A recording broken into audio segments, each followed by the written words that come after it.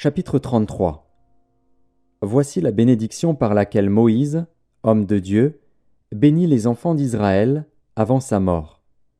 Il dit : L'Éternel est venu du Sinaï, il s'est levé sur eux de Séhir, il a resplendi de la montagne de Paran, et il est sorti du milieu des saintes myriades. Il leur a de sa droite envoyé le feu de la loi. Oui, il aime les peuples. Tous ses saints sont dans ta main. Ils se sont tenus à tes pieds, ils ont reçu tes paroles. Moïse nous a donné la loi, héritage de l'assemblée de Jacob. Il était roi en Israël, quand s'assemblaient les chefs du peuple et les tribus d'Israël. Que Ruben vive et qu'il ne meure point, et que ses hommes soient nombreux. Voici sur Juda ce qu'il dit. Écoute, ô Éternel, la voix de Juda, et ramène-le vers son peuple. Que ses mains soient puissantes, et que tu lui sois en aide contre ses ennemis.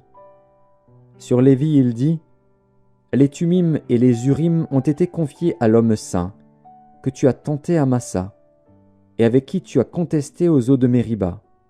Lévi dit de son père et de sa mère : Je ne les ai point vus.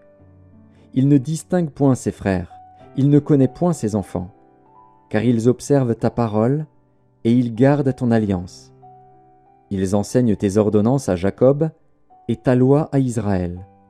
Ils mettent l'encens sous tes narines, et l'holocauste sur ton autel. Bénis sa force, ô Éternel. Agrée l'œuvre de ses mains.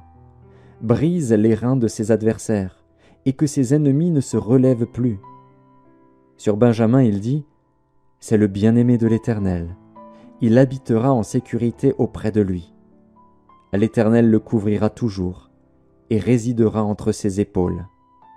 Sur Joseph il dit : Son pays recevra de l'Éternel, en signe de bénédiction, le meilleur don du ciel, la rosée, les meilleures eaux qui sont en bas, les meilleurs fruits du soleil, les meilleurs fruits de chaque mois, les meilleurs produits des antiques montagnes, les meilleurs produits des collines éternelles, les meilleurs produits de la terre et de ce qu'elle renferme.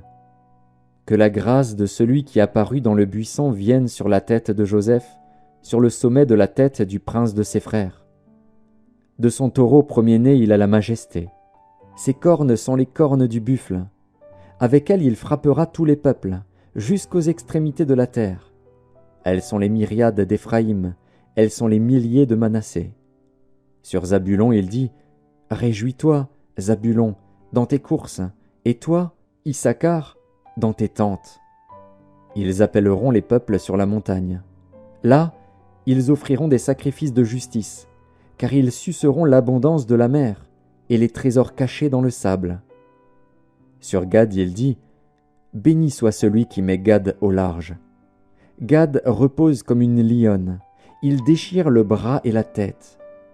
Il a choisi les prémices du pays, car là est caché l'héritage du législateur. Il a marché en tête du peuple, il a exécuté la justice de l'Éternel et ses ordonnances envers Israël. Sur Dan, il dit : Dan est un jeune lion, qui s'élance de Basan.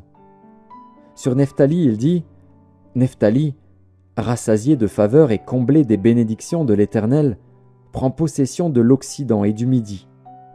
Sur Azer, il dit : Béni soit Azer entre les enfants d'Israël, qu'il soit agréable à ses frères, et qu'il plonge son pied dans l'huile. Que tes verrous soient de fer et d'airain, et que ta vigueur dure autant que tes jours. Nul n'est semblable au Dieu d'Israël. Il est porté sur les cieux pour venir à ton aide, il est avec majesté porté sur les nuées. Le Dieu d'éternité est un refuge, et sous ses bras éternels est une retraite. Devant toi il a chassé l'ennemi, et il a dit : Extermine. Israël est en sécurité dans sa demeure, la source de Jacob est à part dans un pays de blé et de moût, et son ciel distille la rosée. Que tu es heureux, Israël. Qui est comme toi, un peuple sauvé par l'Éternel, le bouclier de ton secours et l'épée de ta gloire? Tes ennemis feront défaut devant toi, et tu fouleras leurs lieux élevés. Chapitre 34. Moïse monta des plaines de Moab sur le mont Nébo, au sommet du Pisga, vis-à-vis de Jéricho. Et l'Éternel lui fit voir tout le pays. Galaad jusqu'à Dan, tout Nephtali, le pays d'Éphraïm et de Manassé, tout le pays de Juda jusqu'à la mer occidentale, le Midi, les environs du Jourdain, la vallée de Jéricho, la ville des palmiers, jusqu'à Tsoar. L'Éternel lui dit, « C'est là le pays que j'ai juré de donner à Abraham, à Isaac et à Jacob en disant, « Je le donnerai à ta postérité. » Je te l'ai fait voir de tes yeux, mais tu n'y entreras point. Moïse, serviteur de l'Éternel, mourut là, dans le pays de Moab, selon l'ordre de l'Éternel. Et l'Éternel l'enterra dans la vallée, au pays de Moab, vis-à-vis de Beth-péor. Personne n'a connu son sépulcre jusqu'à ce jour. Moïse était âgé de 120 ans lorsqu'il mourut.